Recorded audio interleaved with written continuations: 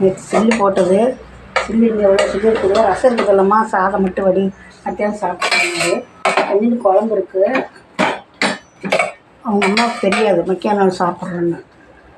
காலையில் நேற்று நைட்டே எனக்கு கார சட்னி அரைச்சி கொடுமா, எனக்கு இந்த குழம்பு கறிக்குழம்பு வேண்டான்ட்டாங்க நேற்று.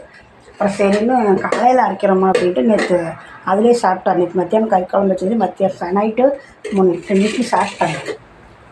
அப்புறம் இப்போ வந்து முந்தானி வச்ச பூண்டு குழம்பு இருந்தது, அது இருக்குதான்னு கேட்டாங்க. இருக்குதுன்னு சொல்லிவிட்டு ரசம் எடுத்து வச்சேன்.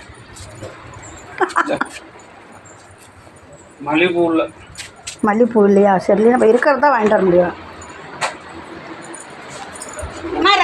அந்த குழம்புல சாப்பிடல, பூண்டு குழம்புல கொஞ்சோண்டு போட்டுக்கிட்டேன். அவனுக்கு கொஞ்சம் அவர் இது ஊற்றிக்க மாட்டார். அவர் அரு புறன்ட்டு அப்படிங்கிறாரு. நான் கொஞ்சோண்டு போட்டுக்கிட்டேன், ரசம் குடித்தேன். கொஞ்சம் ஊற்றிக்கிட்டீங்களா ரசம்?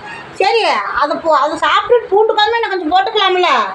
என்னத்த பூண்டு குழம்பே என்ன கொஞ்சம் போட்டுக்கலாம். போதும். சரி, பூண்டு குழம்பு தின்னுடா, நல்லா இருக்கும். ஆமாடா டேய், பூண்டு குழம்பு தின்னு நல்லா இருக்கும் சொல்கிறேன். அதெல்லாம் கேட்க மாட்டாங்கம்மா. நீ பாட்டு சொல்லிட்டு இருக்கேன், கேட்க மாட்டாரு. திட்டி விடுங்க. பூண்டு குழம்பு நல்லது தான். வாரத்தில் ஒரு நாளைக்கு பூண்டு குழம்பு இஞ்சி குழம்பு வைக்கினேன். நாங்களாம் வைப்போம்தான். இப்போ அம்மா இருக்கிறதுனால குழம்பு எப்படி 2 நேரத்துக்கு செலவாகுது, பரவாயில்ல. செஞ்சதெல்லாம் திட்டு சாப்பிட்டா தான் ஆகும். நான் கறி இருக்குது, கறி குழம்பு கொஞ்சம் இருக்குது, இப்போ ரசம் ஊற்றி சாப்பிட்டுக்கிறோமா நான் தெரியாது. அதுக்கு முன்னாடி அம்மாவுக்கு சோறு எடுத்து வச்சேன். அவங்க சாப்பிட்டு என்ன தாத்தி போய் ஃபோன் பண்ணானா? அவங்களும் பண்ண மாட்டாங்க. அவங்க அம்மாவே பண்ண மாட்டான். யசோதாலே செய்ய மாட்டான். நான் முன்னெல்லாம் கொஞ்சம் அதை பற்றி நினச்சி கவலைப்படுவேன். அவங்க ஃபோன் போட்டு ஃபோன்லாம் பிடிக்கலான்னு கவலைப்பட்டுட்டு இருக்கிறத விட நல்லா இருக்கட்டும்னு நினச்சிட்டு நம்ம விட்டுறது நல்லது. சாலைச்சிருந்தது பேசுனீங்கனாலும் பரவாயில்ல. அவன் சின்னவன் வந்து காலேஜில் இருக்கிறான், ஹாஸ்டலில் எல்லாம் அவங்க தங்கி. பெரியவன் தான் வீட்டில் இருக்கான், வேலைக்கு போயிட்டு இருக்கான். பெரியவன் 2 பேர் தானே?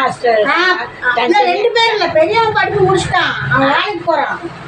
ஆர்த்தி மட்டும்தான் 2வது பையன் தான். இப்போ 2வது வருஷம் கோயம்புத்தூரில் சேர்த்துருக்காங்க. அவனுக்கு தான் பொடி தரையாங்கிறாங்களா? பெரியவன் சந்தோஷத்துக்கு பெரியவனுக்கு. அவங்க அந்த பாப்பா இதுக்கு வக்கீலுக்கு படிக்குது. இதே மாதிரியே இருக்கும், கொஞ்சம் உடம்பு இருக்கும். சரி, நான் போய் பசிக்குது எனக்கும். சாப்பிட்றத பார்த்தா எனக்கும் பசிக்குது. நல்லா இருக்கா? என்னது ரசமா? புளிப்பா இருக்குறீங்களா? அதனால கொஞ்சம் உழ வச்ச தண்ணி, சுடு தண்ணி கொஞ்சம். நான் தான் எனக்கு இல்லை, ஊற்றுல உப்பு போடல. ரசம் புளி தாளிப்பேன். ரொம்ப ஒட்டுக்கா தண்ணி ஊற்ற மாட்டேன். தெரியும். பொசினை எடுத்து ஊற்றி தண்ணி ஊற்றி. அதே அண்ணி என்னங்க திட்டுறது, என்ன ரசம் பச்சை தண்ணி ஊற்றுற அப்படின்னு. அண்ணிய ரசம் வந்து நீங்கள் பொழுதோட வந்து கொதித்து சூடு பண்ணுறீங்களா? சூடு பண்ண வேண்டியதே இல்லை. ஒவ்வொருத்தரும் ஒவ்வொரு விதமாக வைக்கிறாங்க. இப்போ எங்கள் அண்ணா வீட்டில் வந்து மெஸ்ஸில் ரசம் வைக்கிறாங்க, பெரிய குண்டாவில்.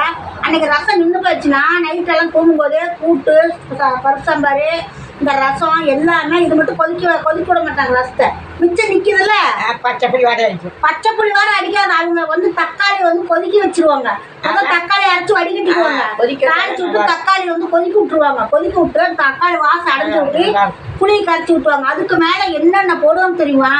ஆர்டருக்கு அனுப்புகிறாங்கல்ல, அதனால அவங்க அந்த அளவுக்கு போடணும்.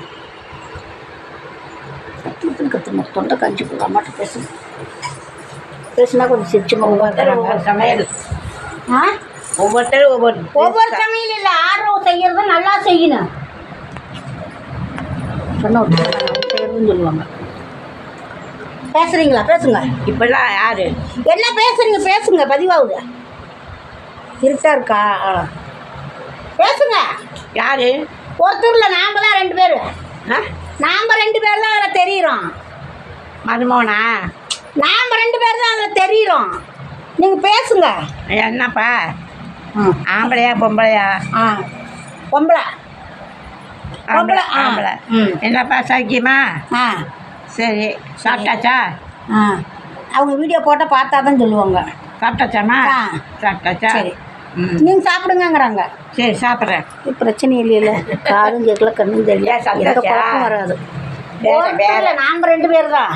சரிங்க, நானும் அப்படியே சாப்பாடு எடுத்து வச்சுட்டு கறிக்குழம்பு ஊற்றிக்கிறதுனால முன்னால் வச்சா திட்டுவாங்க. ஏன் திட்டு வாங்கிட்டு சாப்பிடணும்? மக்கியான இருந்தால் ஒன்றும் பிரச்சனை இல்லை. இவங்க செல்லு பார்த்து சமையல் செய்கிறாங்க. அதெல்லாம் நமக்கு தெரியாது. இல்லை சொல்கிறேன்.